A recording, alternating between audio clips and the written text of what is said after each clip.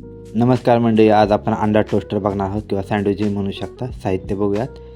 कोथिंबीर, पुदिना, हिरवी मिरची आणि भाजकी डाळ ह्याची आपल्याला चटणी, हिरवी चटणी जी आहे ती लागणार आहे. तर इकडे बघूयात, आपण हिरवी चटणी करून घेतलेली आहे. बारीक चिरलेला कांदा, 4 अंडी शिजवून घेतलेले आहेत आपण उकडून, आणि बटर आहे, आणि जे आपले वडापावचे पाव आहेत ते पाव लागणार आहेत आपल्याला. ब्रेडमधले स्लाईस नाही लागणार आहे, हेच पाव आपल्याला लागतील. चला तर मग रेसिपी सुरुवात करूयात. तर प्रथम आपल्याला जे पाव आहेत ते मधून असे कट करून घ्यायचे. केअरफुली करून घ्या, ते व्यवस्थित कट होतात. अशा प्रकारे आपण त्याला कट करून घेणार आहोत. सुरुवातीला आपण त्याला बटर लावणार आहोत. दोन्ही साईडला आपण बटर लावून घेऊयात. त्याच्यानंतर जी हिरवी चटणी आहे जी केलेली आहे आपण ती लावणार आहोत. चटणी कितपत तुमची तिखट आहे त्या हिशोबाने तुम्ही लावून घ्या त्याला. लहान मुलांना करत असाल तर चटणी कमी लावा.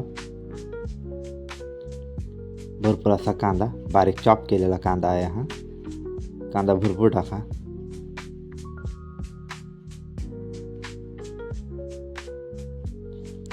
अशा प्रकारे कांदा आपण टाकल्यावर त्याच्यावर आपण थोडंसं मीठ टाकणार आहोत.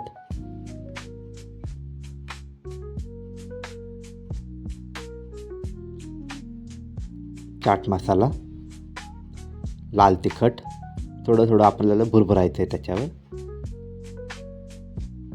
आणि जो कांदा मसाला आहे जो बाजारात भेटतो तो कांदा मसाला वापरा त्याला. थोडा तोही आपण टाकून घेतलेला आहे. जी अंडी शिजवलेली होती त्याला 2 भाग कट करून आपण अशा प्रकारे आपण त्याला ठेवून घेणार आहोत आणि याला बंद करणार आहोत. बस एवढंच आपल्याला साहित्य लागतं आहे. टोस्टरचं भांडं आहे हे. त्याच्यावर आपण थोडंसं बटर लावून घेऊन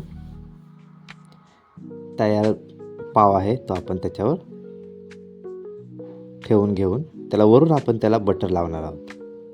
अशा प्रकारे थोडंसं बटर लावून याला आपण बंद करून घेणार आहोत. गॅस आधीच आपण चालू केलेला होता. थोडंसं भांडं आपलं तापलेलं आहे. मीडियम मोठा छोटा करून त्याला तुम्ही अलटी-पलटी करून शेकून घ्यायचं आहे. पलटी करून घेऊन त्याला दुसऱ्या साईडलाही आपल्याला बटर लावून घ्यायचं आहे. बघू शकता तुम्ही.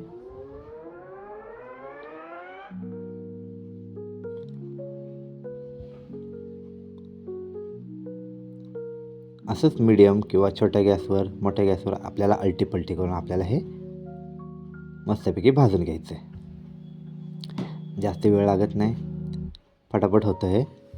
एकदा भांडं तापलं की आपल्याला थोडं केअरफुली की मोठा गॅस ठेवायचा नाही, नाहीतर ते करपलं जातं. बघू शकता आपलं हे भाजलेलं आहे. लाईन आलेले आहेत मस्तपैकी आणि कडकही झालेलं आहे. तर थोडंसं आपण बटर अजून एकदा लावून एकदा पलटी करून घेऊ.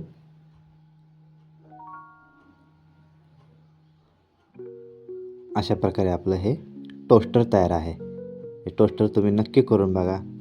गावाकडच्या पद्धतीचं टोस्टर आहे. त्याच्यात जास्ती तामझाम नाही आहे, जास्ती साहित्य नाही आहे. आपलं घरातलं साहित्य शक्यतो लागतं. पाव आणि बटर आपल्याला लागेल.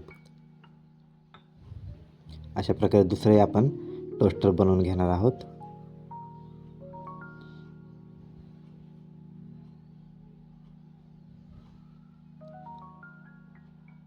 मस्तपैकी हेल्दी टोस्टर आहे हे. सर्वांना आवडेल. लहान मुलांसकट मोठ्या माणसांसोबत सगळे खातील असं टोस्टर आहे हे. तर नक्की करून बघा हे टोस्टर तुम्ही. टोस्टरचं भांडं नसेल तर तुम्ही तव्यावरही हे शेकून, फक्त शेकताना थोडंसं दाबून हळूहळू त्याला कडक करून घ्या. तर अशा प्रकारे आपलं तयार आहे. व्हिडिओ आवडला असेल तर लाईक, शेअर आणि सबस्क्राईब करा. भेटूयात पुढच्या रेसिपीसह. धन्यवाद.